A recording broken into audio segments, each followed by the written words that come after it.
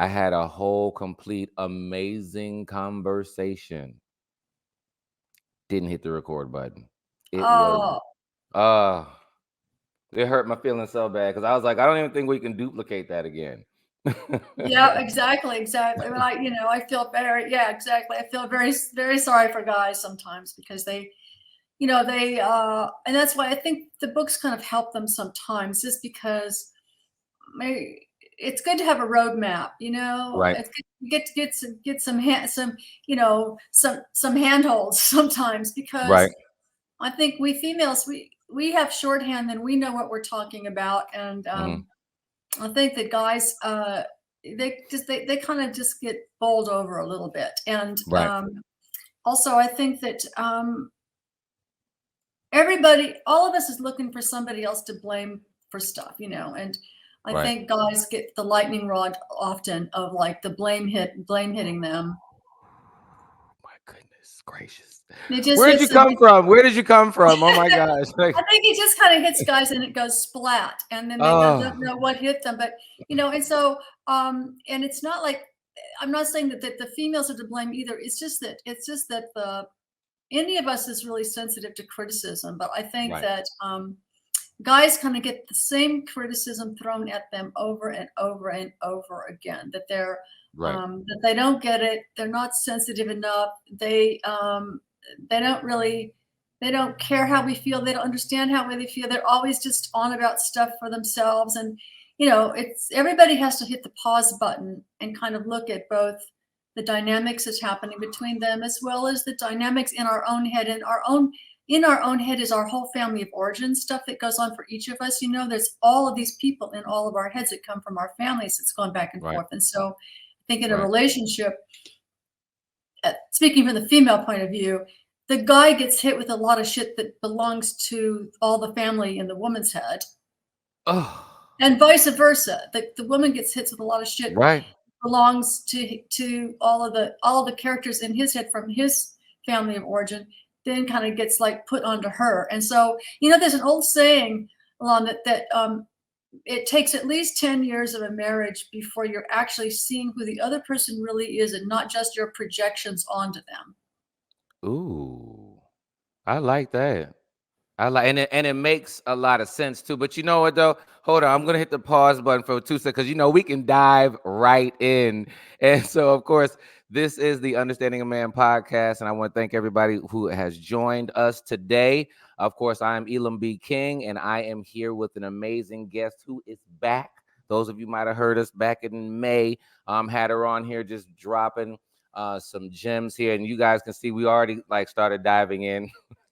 But thank you so much for just joining us today, Dr. Brizendine. And let me share with you guys, and I'm going to be very honest with you by saying this. I'm super excited today because this woman's brain, like, I just want to take the whole thing and like stick it in mine, because there's so much information. I originally came across her book, the book, The Female Brain, maybe about, I say about 4 years ago, when I read that, and it was actually it was a suggestion on the app that I was using, right? And then after that, I'm reading and I'm like, wait a minute, this information is amazing, right? And then messed around and saw, oh, not only does she have the female brain, she has the male brain. So of course I read that book and I was like, why doesn't everybody know this stuff? And it has been on rotation literally for the past 2 3 years for myself. Um, and so I've suggested it to so many different people. So many of my clients that I coach, they have it on their bookshelf or in their audio book or whatever. And then, ladies and gentlemen, she messed around and wrote another book, right? Called The Upgrade. And I'm on chapter 11 of that book. And the reason why, because I keep going back and listening to the other chapters, because I'm like, I don't even want to go on, especially chapter 8, 9, and 10, and 11. But we'll talk about that mommy brain and all that. But anyway, so I'm super excited, you guys, to have Dr. Brizendine back on as a guest for us today. The amount of knowledge that's going to come out of here. But we were talking, and so we're going into the holidays, right? So during the holidays, there is a time where we're hitting, a space where there are arguments can increase and stress can increase as well. So, but first of all, before we dive into that, let me just say welcome, Dr. Brizendine, to the Understanding a Man podcast. Thank you so much for joining us. My pleasure to be here with your audience and with you again. We had a good time in May, so this is the holidays coming up. We got to get some tips Yeah. out there for everybody to try to make it through the holidays. Absolutely. And before we dive in, if you want to give maybe a 30-second elevator version of yourself, Dr. Brizendine, I know they might have heard from you before, but for those new listeners, who you are, where you're at, latest project, all that good stuff, and then we can kind of dive on in. I'm out in San Francisco. I did a lot of my education in my medical school and my residencies and everything on the East Coast, back in Connecticut and Boston, etc. And actually, I was born in Kentucky, so I know it's a long way from Georgia, but still, I can I can sometimes pick up the accent again. Right. Anyway, I started the Women's Mood and Hormone Clinic in 1994 in San Francisco at University of California, San Francisco out here. And so I've been seeing women who have mood problems that are kind of like they're jerked around by their hormones a lot, or their sex drive has completely gone south during the perimenopause, menopause. And, I have been working with women and with couples for probably the last 25 years in the realm of like hormones and behavior and, all the other parts of our brain that come from our family of origin and dot, dot, dot. So there we are. Right. The third book I wrote just this year was The Upgrade, about how the female brain gets better from about 40 years there. That's the good colored one.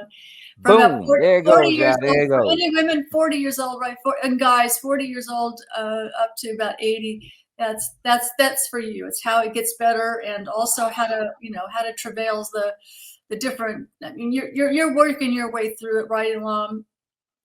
If you are married, no, if you are a man, if you're a human, you need to read this book. If you plan to be in a relationship with the opposite sex, you need the same. It don't matter who you. If you plan to be in a relationship with a person, you need to read this book. But my gentlemen, you need to read this book. I know you guys were hearing us say a little bit in the beginning. You heard Dr. Brizendine say how we kind of catch a little heat from certain things, and in reading that, I absolutely can see how the heat I've caught, the heat I could catch, and the heat that people have caught as well. So the information is just absolutely amazing. So just thank you so much. So how about this, Dr. Brizendine? I want to dive in here along the lines of the holiday, right, and the stresses, right? So I was reading up before our conversation, and so you got 37% of there's like an increase, like 38% of arguments in a home coming around the holiday times, right? And so they were talking about things dealing with okay, you got family gatherings, right? You got the crunch time of finances during that time, right? You have the anxiety of buying gifts, right? And then the planning that goes along, all that. And so just there's an increase that comes with that, right? Now, I found the correlate. I want to see if there's a correlation here. So you help me, all right? I know that when we're speaking about arguments or when we're speaking about disagreements or whatever, right? You have an increase of cortisol in hormone into your body, right? And so that is kind of like not the fight or flight, but helping to, kind of like increases anxiety and stress and all that, right? And so I want to talk about that just for a moment, because you discussed this a little bit in chapter 11 about that, but just what this hormone is doing to our level of understanding, cognition, all of that. Because I want to understand the biological pieces before we dive into some of the practicality of that. Is that okay?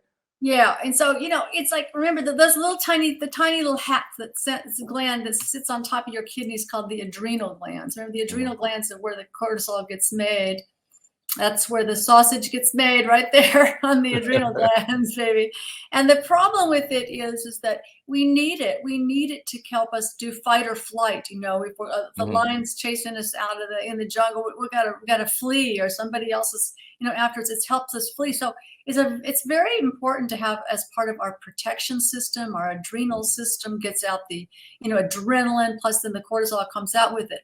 The problem is that it also comes out when the stress is not necessarily running away from a predator or something. It comes out Right. at all times. And so what it does is it sets up, it's almost like, think about walking on a pond that's frozen with really thick ice.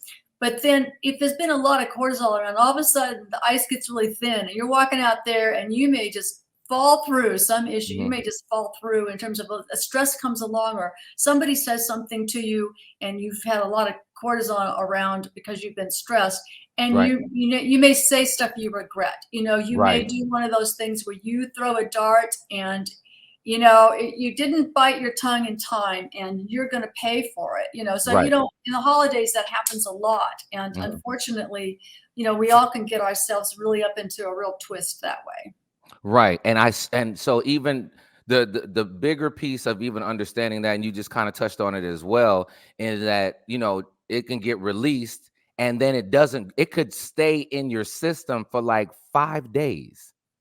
So Yeah, like you get into an argument on Monday, you don't just come back down after the apology on Tuesday. If I'm saying this correctly, right? It could take, and you kind of said this, so somebody could say something on Wednesday, and that release of that hormone from Monday is sitting right there on deck, and then you can pop back at somebody, right? absolutely. Now, I think that we should say right up front here, Elon, that an apology a sincere apology goes a long way to reduce the stress and keep it from like building. It doesn't.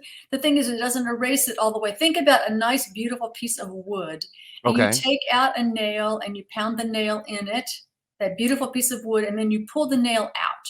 Right. The nail is out, but there's still a friggin' hole there. Okay. I like that analogy.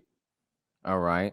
And so with that, not only apologies, right, but also sometimes you do. This is the reason why biologically that you need to take a moment. That when your anxiety is way up there, and you know that you might not be able to speak correctly, you might need an hour, or a couple of hours, or a day or two to come down to be able to speak correctly to somebody. Would that?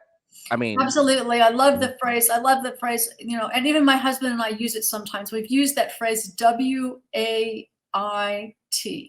W-A. Oh, okay. Yeah. I'm It like, stands for the word right. is WAIT. It's wait, but it also stands for why am I talking? Okay, let's take that note down, folks. Why am I talking right now? I need to hush. WAIT, or why am I texting? WAIT. It's very helpful to get the pause or push the clutch in on your engine, just like it will. If something's going to come out of your mouth that you're going to regret or whatever, you just it'll help you take that pause. And during the holidays, that's frigging really important, because the family dynamics, the husband doesn't like his mother-in-law, that's the classical, and the in-laws, and all of her family is going to drive me nuts, and this Right. particular sister is just going to spin everybody up, and then someone's going to drop, or Somebody's somebody's. gonna bring a dog, because I heard that one 2 days. So somebody has the dog and they can't find a pet sitter a lot of times during Thanksgiving, so they have to bring their dog with them to your house, and you don't want that dog or animal in your house. Something like that is a huge argument. Chaos. It's an argument. It's like, or they're gonna bring that crazy uncle that always makes things, whatever, drinks too much and starts to whatever.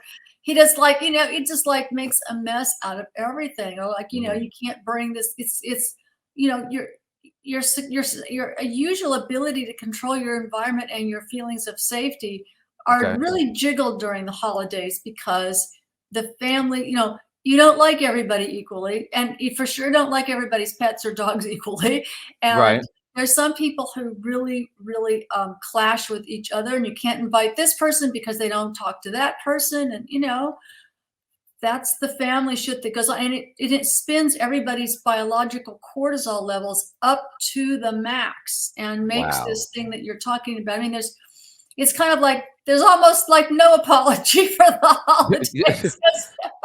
but I think it's important because it's almost like it's a mini setup, right? It's a mini setup for some intense conversations during this time of the year, right? And so if we so we have so now we can see that there's that it's a time of year that it happens, all right? So it's, kind of human, if you will. You have the biological pieces that come into play that can, rise and fall those anxiety levels. So what are some things that we could possibly do, that if you had to throw out there to help couples kind of navigate through this time of year to keep the So I've got disagreements down? three things on my list. Three Okay. things. The top three things are: number one, Hmm. self-care. I like that. So I'm taking notes, doctor. Go ahead. Self care. Number two, self-care. Okay. Number three, self-care. Okay.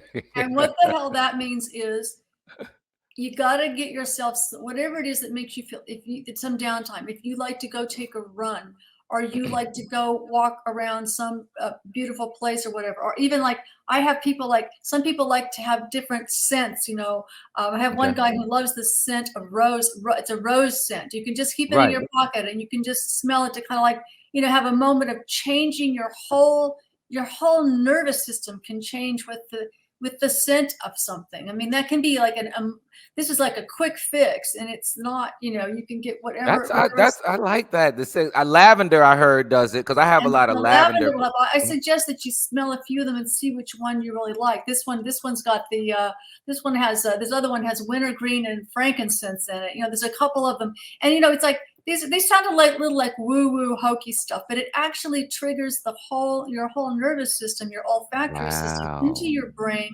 that can kind of just resettle it for a moment. Because Okay. let's face it, everybody's got triggers in the holiday. There are people Absolutely. who trigger you, things that trigger you, the stress of having to get the right gift for somebody that they may not like or whatever, or Mhm. getting a gift at all, or not wanting to disappoint someone. There Especially, I you think go. guys are under a lot of pressure when it comes to gift giving time of the Speak year, it. because Speak. you don't have a clue what she's going to like, and you know that you want to make her happy, you really want to make her happy, but you haven't got a clue. And it's like you get her the wrong thing, even if it's really expensive maybe, or whatever it is, and she may not like it. Or everybody wants to please, and guys feel under a huge amount of pressure to do stuff that they don't feel so good at, really. Mhm. We women are very picky about the stuff we like and don't like often. I mean, some guys are too. My husband is a really picky guy about what he likes. It's hard to get him a gift of any kind for anything. So Okay. it doesn't just go one way. So you Okay. got to remember, the female and male brain are more alike than different. After all, we are the same species, Elam. Okay. We're the same And species.